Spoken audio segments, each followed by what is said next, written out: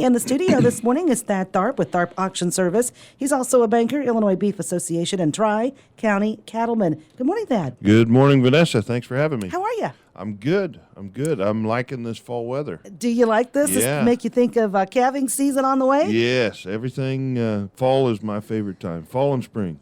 Summer, it can always get too hot for me. In Sure. winter, the snow always, well, until recently, the snow's too much. But yeah, I am enjoying the fall. We were talking early this morning. We were looking up woolly bear caterpillars to see what they Yeah. look like. Because have you seen some this year? Yeah, a bunch actually. Okay, do they have orange or black on their head or tail?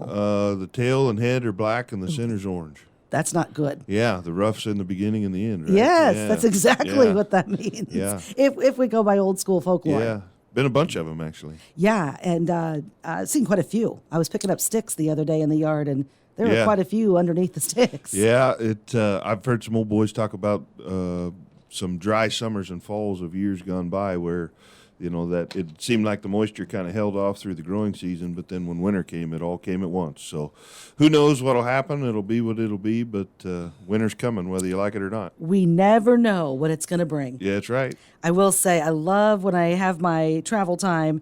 I see the cows right now in the field. Yeah. Oh, I swear they're smiling. You bet. There's nothing better than cows running on corn stalks. Yes. Yep, it's good. Good for them, good for the soil. It's just good all around.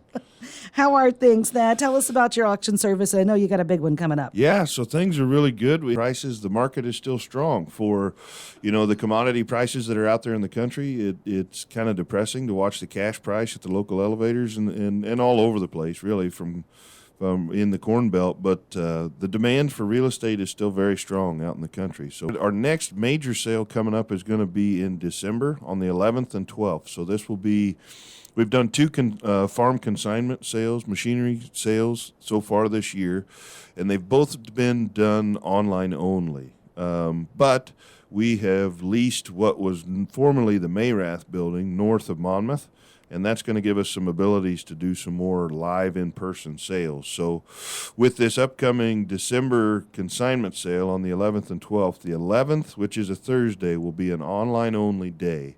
And what that is we'll still have the drop spots out in Warren, Knox, and Mercer counties, so folks can go and drop their smaller ticket items, some small tillage items, wheel weights, anything that they want to sell. It's easy for them to stay within the county. They don't have to drag it clear to Monmouth.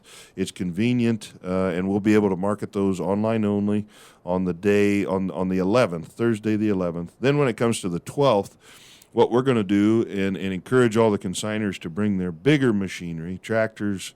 We've already got some tractors, livestock trailers, a bulldozer, some combines already consigned, that we're going to bring all the large equipment up here to Monmouth, and consigners bring it to us up here at Monmouth. And we're going to do that sale on the 12th, live in person and live online. So we'll actually be physically on site. We've got Starlink internet fitted onto our trucks and in our office so that we've got the fastest you can buy. So we've got great connection, and we can connect to bidders all over the country and literally the world. It blows me away where some of these things ship to. But I believe there's a demand for the in-person auction. And I believe it's a lot more fun to have an in-person auction anyway. So that's what we're going to do. But yeah, if anybody's got anything to consign, that's what we're going to try and do on this one, is have some convenient drop locations out in the county where you can still get rid of some of those small items that you'd like to get rid of, and we'll help you do that. But then the big live in-person, live online day will be on the 12th up here north of Monmouth.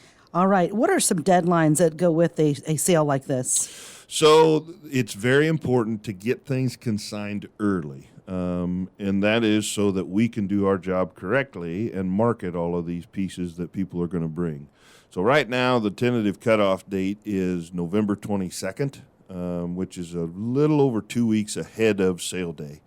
And that is important, that the more exposure that catalog can have online, the better job that marketing is going to do for finding the top value for your equipment.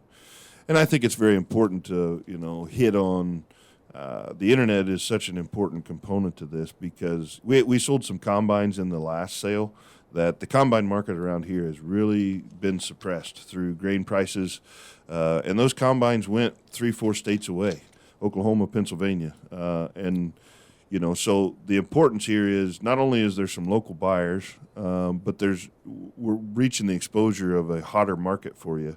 And it takes time for those hotter markets to see things. So that's why we have the deadline of November 22nd on getting things consigned. Okay.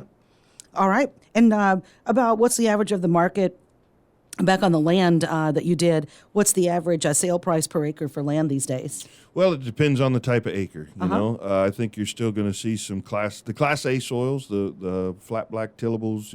Especially if they're pattern tiled and the other investments in there, any improvements, they're going to bring top dollar for sure. What that dollar is. Every auction I do, someone always asks, "Well, what do you think it's going to bring?" And my answer is, it'll bring whatever number I say right before sold, because you never know until that day. It depends on the demand of that day. But for sure, Class A soils are going to bring you top dollar. But there is some strong demand for Class B and C soils. That farm we sold yesterday was not a Class A farm. It was a B and C farm, and there was one tract sold for $9,700 an acre. The other tillable tract went for $7,600 or $7,700 an acre. And the recreational pieces, non-tillable, it was mainly timber, roughly a short 19 acres. It brought $6,600 an acre. So we're very proud of how that went. And the land market is still strong. There's still demand for land because they're not making any more of it. Okay, that's true. That's true. Good to know. We're talking with Thad Tharp. Coming up, we have the big consignment sale on December 11th and 12th with a deadline of November 22nd. You're also a banker. You've been referencing while we've been talking the prices at the elevator. Just in general, prices are challenging. Catch us up on the market. Yeah. So the grain market is still fairly negative, which is true through fall in its seasonal nature. But cash flows are tight right now. When you look at the cash price that's out there for grain, there was some marketing windows throughout the 2025 year that a guy could have done some forward marketing that would make you feel a little better. But when you look into 2026 with the opportunities that are there, it doesn't make you feel real warm and fuzzy about the cash flow for next year. So grain farming is going to be a challenge. Guys and gals are going to have to mind their P's and Q's and make sure that they cover their debt service as best they can and interest on the line of credit, and as well as machinery purchases. Be mindful of those. But it's going to be tough for a little bit in the grains from what it looks like today. The reports keep coming up with corn acres, it seems like, and bean acres, and the demand tariffs affect everything, and it's going to be interesting on the grain side for the next 6 to 12 months at the least. Okay. How about the livestock market? I know beef is your specialty. Yeah, cows are higher than they ever have been and higher than they should be probably, but I say that tongue in cheek, but it's been a good 3-year run to be a cowman. And, there's some 5-weight cattle out there bringing close to $5, and that's just unheard of. Fat cattle are still very, very strong at the cash market. I think anybody listening would have heard Mr. Trump say something, use the word beef in a sentence last week, and that gave the market the ability to react and probably overreact about the Argentinian beef coming in. Which I'm not in favor of. Let the market do its job. But that being said, the market's reacted, but the cash trade stayed very, very strong. I know Fairview sold some cash cattle yesterday. The top was about $250, $251 a pound on fat cattle, but average probably around that $242 mark, which is very, very strong for a fat cattle price. The feeder cattle are getting so high to this point that when you look at cash flows on them going into spring on a backgrounding operation, that cash flow doesn't look as good. Doesn't look good at all compared to what we've been doing for 3 years. And the trouble of that is you're playing with 3 times the dollars per head as we were 3 years ago. I can speak to my personal 3 years ago when I started buying feeder cattle, my average cost per head was right around $890 a head, roughly. Today, to go buy that same animal, it's going to be about $2,400 a head or more. So the cattle guys are playing a dangerous game. The profits have been very good, and we've got a lot to be thankful for. But the trouble with high beef prices, Vanessa, I want to say this for sure, as I see it across the country. I'm lucky to know a lot of guys in the West and on the west side of the Rockies, and the same thing is true in the Midwest. These high prices are going to drive consolidation in our industry. I'm already seeing it where the older folks that are at a more tenured position are going, my cows have never been worth more in my lifetime. I'm going to go ahead and sell these assets and capitalize on that. And that can either be driven by it's a good time to retire, right? But the cost of entry for the next generation is far too high to make it work, and or the next generation isn't coming in. So when you look at the West, those grass leases and things that are out there, I am literally watching it happen now, where there's going to be fewer larger operators when it comes to the beef industry. And that's typically true in the feedlot segment, but now I'm talking about the cow-calf segment and the stocker and the backgrounder. The Midwest has seen a lot of it with $7 corn plow up all the pasture, but nationally, these high prices are driving producers out of the market. Now, it's made people a lot of money, but how do we get the young man back into the game is my question.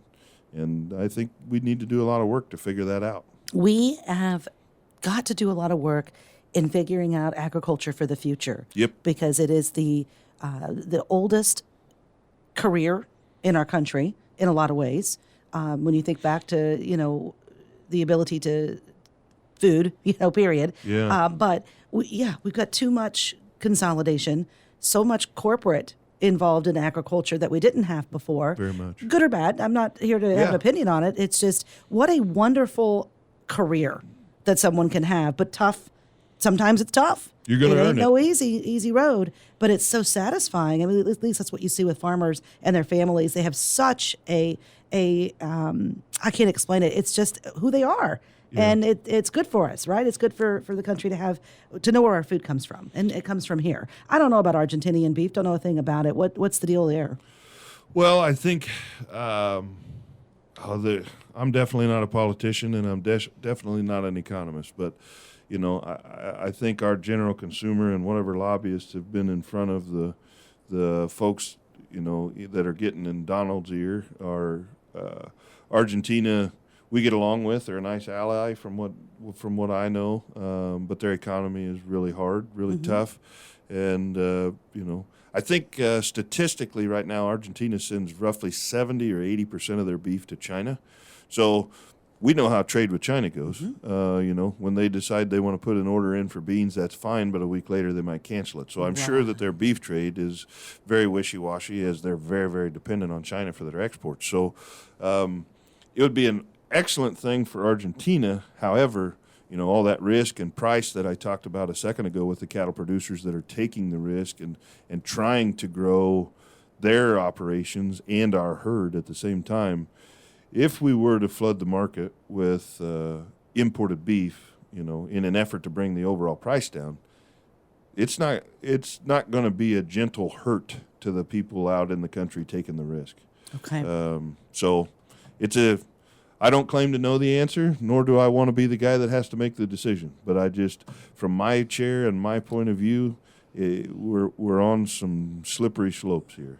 Well, like I said, what can we do to preserve the family farm? There's something about a family farm, just saying it, right? Exactly. And kids growing up on a farm, and we support our agriculture, as you know, here at WRAM. It's we're hoping everybody's having a very nice time in the field. We've had really good weather to get this harvest done, so hopefully everybody's having a good time and stay safe. Yeah, it's been a good fall. Harvest seems like it's wrapping up pretty quick. I think yields were better than some expected and worse than others, but I think that's every year too. So it's been good. I hope everybody has a safe rest of the way and they get their tillage done and the anhydrous on. And whether the anhydrous is too expensive or not, you'll have to decide. But everybody stay safe. Okay, Thad, it was good to catch up with you. Thanks for having me. Thanks so Vanessa. much. Thad Tharp with us, Tharp Auction Service, Bangor, Illinois Beef Association, Tri-County Cattlemen.